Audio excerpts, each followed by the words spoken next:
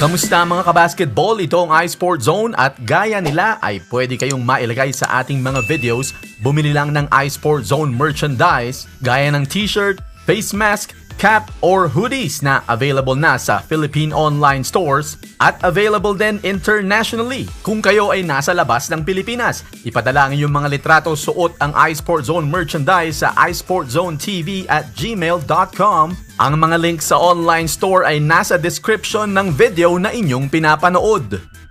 Napapag-usapan kung gaanong lumakas o nag-improve ang lineup ng Los Angeles Lakers nitong off-season dahil sa mga players na kanilang nakuha na talaga namang bagay sa kanilang kupunan at magaganda ang mga naging eksperyensya. Pero eto nga, ang mukhang pinaka magandang balita so far sa off-season ng Laker Nation at yan ay ang pagpirma ni LeBron James ng 2-year extension kaya mas hahaba pa ang kanyang magiging serbisyo at pamamalagi sa Purple and Gold franchise.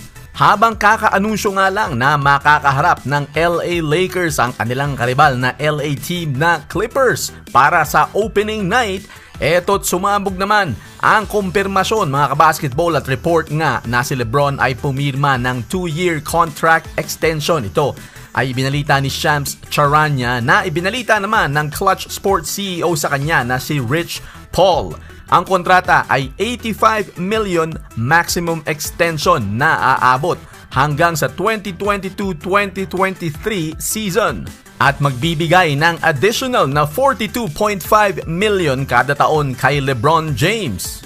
Habang nakatuon ang pansin ng lahat ng LA fans dito kay Anthony Davis kung kailan nga ba siya pipirma ng panibagong kontrata, nagulat naman ang maraming mga fans dito nga sa extension na ginawa ni LeBron James at ito ang pinaka-best news para sa Laker Nation. 35 anyos na nga si LeBron James at magte-36 na siya nitong Disyembre at 30. Pero malakas pa rin itong taong ito. Nag-average si LeBron James ng 25 points at 10.2 assists per game para pangunahan ang NBA. At pwede pa ngang siya ang nanalo ng MVP nung nakaraang season.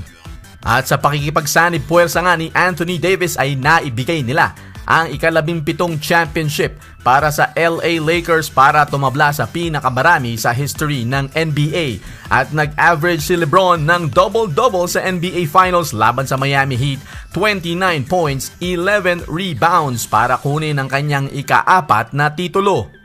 At dahil nga sa kanilang improvement ngayong off-season sa kanilang roster ay sila pa rin ang paborito para magkampiyon at mag-back-to-back titles.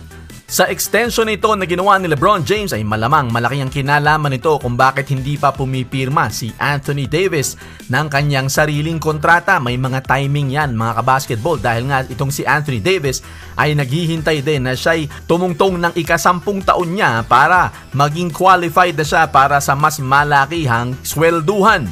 Dahil nga minanapan ng Lakers ang kanyang kontrata sa New Orleans Pelicans. Kaya naman mga kabasketball mukhang hindi pipirma ng 5 taon itong si Anthony Davis at marami ang nagsasabi na 2 taon lamang para pagtungtong ng 2022 na ika-10 taon ng serbisyo ni Anthony Davis ay tsaka siya pipirma ng mahabaan at mas malaking kontrata.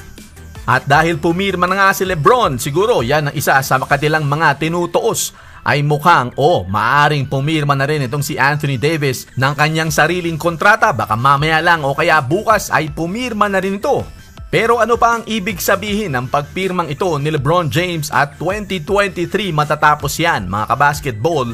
Si Bronny James na marami ang nagsuspeculate na gustong makasama ni LeBron James na maglaro pagkatapos ito ng high school ay matatapos. Si Bronny sa 2023 kung sakasakali ay dun siya sasama sa 2023 NBA Draft pagkatapos ng high school dahil mukhang tatanggalin na ng NBA ang requirement na 19 years old na minimum age para pumasok ng NBA. Pag nangyari yun ay wala ng kontrata si LeBron James, so kung saan man pumirma o sino man ang kukuha dito kay Bronny ang makaka-draft ay malaya si LeBron na maaring pumunta rin siya sa koponan niyon para lang makasama ang kanyang anak. Syempre dahil free agent si LeBron sa 2023, saktong-sakto pagpasok ni Bronny ng NBA ay pwede siyang sumama sa kanya dahil pwede niyang piliin ng kahit na sinong koponan na gustong kumuha sa kanya. At sa kasong ito, syempre, nandun si Bronny James sa isang koponan, ay bakit hindi mo naman kukunin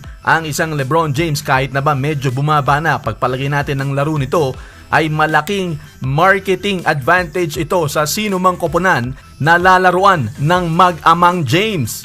Abay siguradong laging sold out ang tickets kung sino mang koponan ang lalaruan nitong mag-amang LeBron at Bronny. 3 taon pa naman bago mangyari yan. Kung sakasakali mga kabasketball, tayo lamang ay walang pwedeng gawin kundi umasa na sana mangyari nga ang kampihan ng mag-amang yan at healthy sila mula ngayon hanggang sa maganap ang kampihan na yan na inaasahan ng maraming mga fans sa buong mundo. Pero sa nakikita nyo ngayon mga kabasketball, mukhang aabot ba sa punto na kaya pa ni LeBron na maglaro kakampi ang kanyang anak na si Bronny James? Sa Pilipinas, mabibili ang iSport Zone merchandise sa Merchiful.com at sa Shirtley.ph at sa Marquis Clothing Line sa Facebook.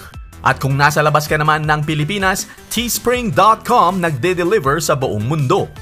Iniimbitahan ko nga pala kayo mga kabasketball na tumungo at bisitahin o mag-follow na rin sa iSport Zone Gaming sa Facebook. Naglalaro po tayo ron ng NBA 2K20 at 2K21 featuring ang My Career ni Kai Soto at naglalaro din ako ng boxing Fight Night Champion kasama si Manny Pacquiao. Mag-iwan ng comment, click like, share, and subscribe. This is iSport Zone.